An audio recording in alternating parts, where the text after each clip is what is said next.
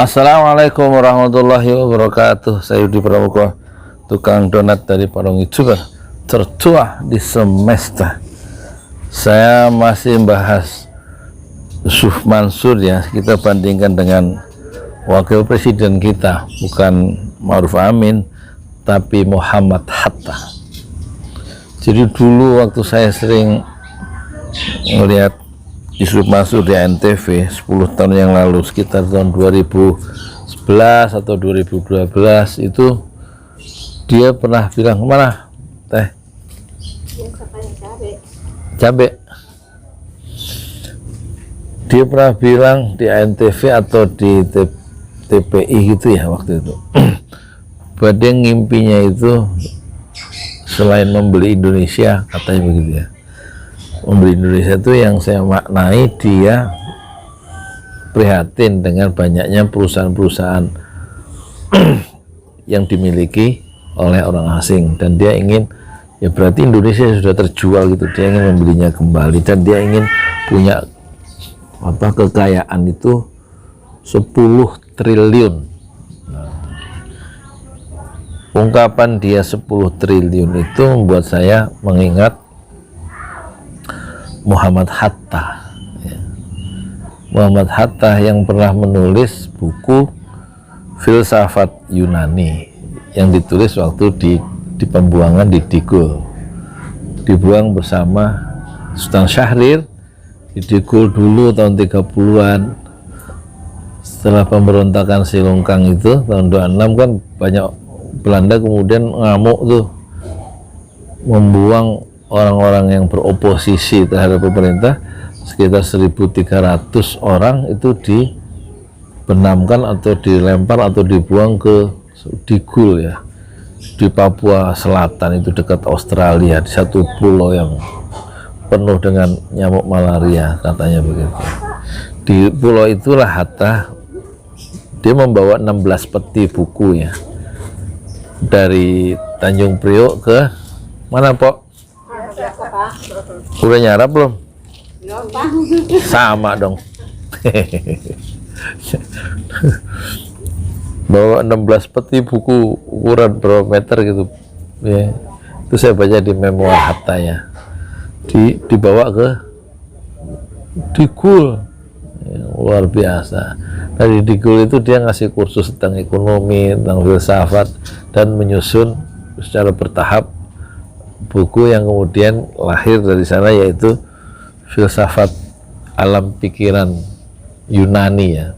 Isinya ada Descartes, ada siapa itu, Plato, Socrates, Heraklitos gitu loh. Buku itu menjadi buku ini ya, bacaan wajib kayaknya di perguruan tinggi ya, dalam mata kuliah MKDU kalau nggak salah begitu. Saya pernah baca itu dan saya sudah khatam itu, baca itu. Nah, waktu Yusuf Mansur itu bilang dia ingin punya kekayaan 10 miliar, saya langsung ingat Hatta, karena Hatta waktu ngasih nasihat ke anaknya itu, jangan di dalam hidup ini, jangan jadi orang yang memburu kekayaan ya, tapi jadilah orang yang bermanfaat ya. Saya lebih cocok ini dengan Hatta ya, jadi orang yang bermanfaat. Dan Hatta kemudian dikenal satu-satunya tokoh Indonesia yang memiliki sumbangan pemikirannya paling banyak dalam bentuk tulisan. Pikiran-pikiran Hatta, Muhammad Hatta, diawetkan dalam bentuk tulisan, dan dia sangat ketat mengatur waktunya juga. Waktu di Digul kita lihat ya memoarnya itu yang 800 halaman yang penerbitnya tinta emas ya, penerbitnya di Keramat, mungkin sekarang udah nggak ada. Nah itulah ya Hatta, jangan jadi orang yang memburu harta dalam hidup yang satu kali, tapi jadilah orang yang bermanfaat. Nasihat Hatta terhadap entah Mutia, entah Gemala, entah yang lainnya, anak gadisnya kan ada 3 kalau nggak salah. Jadi dalam hidup ini memang ada persoalan kalau mencari harta itu. Karena yang dianjurkan oleh Islam itu adalah apa? Yang menjadi orang yang manfaat ya. Kata Rasulullah, untuk menjadi orang terbaik itu ada 3 kriterianya. Pertama, khairun nas, anfa'uhum linnas. Sebaik-baik manusia ialah jika dia paling banyak memberikan manfaat kepada orang lain. Kedua, sebaik-baik manusia khairun nas man ta'allamal Qur'an wa 'allamahu. Orang yang mempelajari Al-Qur'an dan mengajarkannya kembali, itulah orang yang terbaik. Kemudian yang ketiga, khairun nas kata Rasulullah mamtala umruhu wa hasuna amaluh. Orang yang panjang umurnya dan kemudian dalam usia yang panjang itu. Jadi di sini untuk mencari pelanggan supaya bisa ditarik kabel serat optik dari bawah itu ke sini, itu perlu membuat satu tiang baru minimal 5 pelanggannya. Dan nyari 5 orang di sini susah. Kenapa? Karena iurannya harus, Pak, harus 315.000 sebulan supaya unlimited kan gitu ya. Dan di sini gimana 315 bulanan berat ya, karena saya lihat kiri kanan ada yang masih beli beras literan, dan penghasilan di sini kan banyak yang kerja di pabrik misalnya, banyak yang supir pribadi dan juga supir perusahaan. Padahal tempat saya duduk ini padahal 40 kilo paling 40 atau 50 km ke istana negara dekat. Ini Parung bukan daerah terpencil ya. Di dekat danau itu sedang dibangun ini McDonald katanya 2 lantai dekat danau, dekat kantor saya yang paling luas di Semesta 7 hektar itu, yang kemarin dijadikan desa wisata yang diresmikan oleh Erick Thohir sama Adian Napitupulu. Itu ada McDonald, terus di situ banyak bank, ada Burger King, ada ayam itu namanya yang bapak tua itu Colonel Sanders itu, chicken fried chicken ya, apa sih namanya, ada Depak, ada bioskop sekarang di sini, kira-kira 5 menit naik Grab dari sini di Depak gitu. Jadi daerah maju, tapi di sini di kampung ini penduduknya ya begitu. Jadi ada disparitas ya, kesenjangan.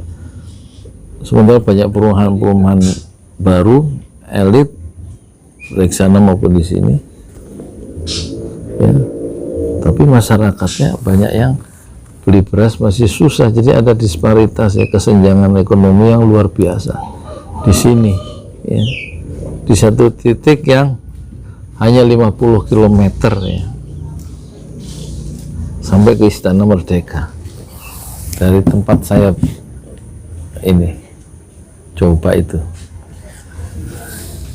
Dan kembali ke Mansur itu, yaitu mimpi dia ya nggak apa-apa, tapi kan kita diingatkan oleh Al-Quran, bekal terbaik adalah ketakwaan, kata Ustadz saya itu. Dan banyaknya kok maneh ada, dan banyaknya uang itu bukan tanda kemuliaan ya. Tanda kemuliaan itu kalau orang itu bertakwa kepada Allah Subhanahu wa Ta'ala. Dan kita lihat Muhammad Hatta itu memang minatnya bukan uang, tapi ilmu pengetahuan. Sementara Yusuf Mansur minatnya adalah, Muhammad Hatta minatnya adalah ilmu pengetahuan, bukan uang. Muhammad Hatta ya, dia satu-satunya orang di Indonesia yang memberikan kontribusi pemikiran manfaat yang paling besar ya, paling banyak dibanding tokoh-tokoh yang lain, karena dia sangat ketat ya di dalam mengatur waktunya. Itu jam sekian bangun, jam sekian masak air di Dikul itu kita lihat di memoirnya, jam sekian belajar, dari jam 8 sampai jam 12 istirahat. Tapi ada satu kegiatan atau aktivitas yang tidak pernah dia tinggalkan, yaitu jalan-jalan, baik waktu di Gul maupun waktu dari di Gul dibuang ke Bandara Naira di Pulau Banda. Itu tetap habis sholat asar dia jalan-jalan mengelilingi pulau dengan waktu dan dengan waktu yang tertentu, sehingga orang di Pulau Banda itu, di buku memori itu saya baca, dia tahu kalau Muhammad Hatta lewat pasti jam sekian gitu. Kecanggihannya atau kedisiplinannya mengatur waktu membuat Hatta itu sangat produktif ya, di dalam menuangkan pikiran-pikiran yang bermanfaat ya. Dan motivasi utama dalam hidup dia bukanlah mencari uang sebagaimana Yusuf Mansur ya. Sebagaimana Yusuf Mansur. Kita ingatkan ini supaya orang tidak tertipu ya dengan gerakan-gerakan atau manuver-manuver yang dibuat oleh orang banyak, tapi dia harus merumuskan sendiri jalan hidupnya yang paling bermanfaat itu apa.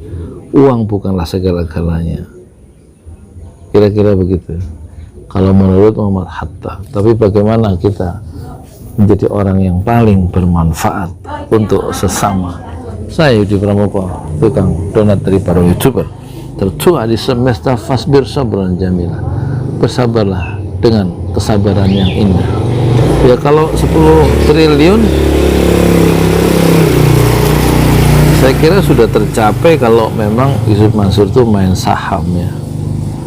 Kayaknya sudah tercapai, dan keinginan untuk mendapat 10 triliun itu nggak akan berhenti, dia akan terus memburu denting dinar dan dolar sampai nggak terbatasnya. Kata Rasulullah, jika orang memiliki sebuah lembah, di antara dua gunung ada lembah emas, maka setelah dia mendapatkan lembah emas yang pertama, dia akan ingin memburu mendapatkan atau mencapai lembah emas yang kedua, dan seterusnya. Setelah lembah emas yang kedua, dia ingin lembah emas yang ketiga, dan seterusnya. Apa yang didapat, kata Rasulullah, yang didapat ketika dia mati itu mulutnya disumpal sama tanah di kuburan. Apa kira? Baru lewat sekali sehari seorang, terlewat lagi ya. Kalau somai itu suka lewat 2 kali, 1 bos. Jadi yang didapat oleh seseorang itu hanyalah, nanti kata Rasulullah, mulutnya itu disumpal sama tanah waktu dia sudah mati di kuburan tuh. Nggak dibawa juga kekayaan itu, dan tinggal ditanya di akhirat secara pribadi ya. Wes ngono ya, ini udah 10 seminggu nggak saya cuci, mau saya cuci dulu. Ini dari oleh-oleh dari Kanada, dari Ibu Sumaya di Kanada. Oh, Kanada, Vancouver. Cuci dulu ya, sudah seminggu. Assalamualaikum warahmatullahi wabarakatuh.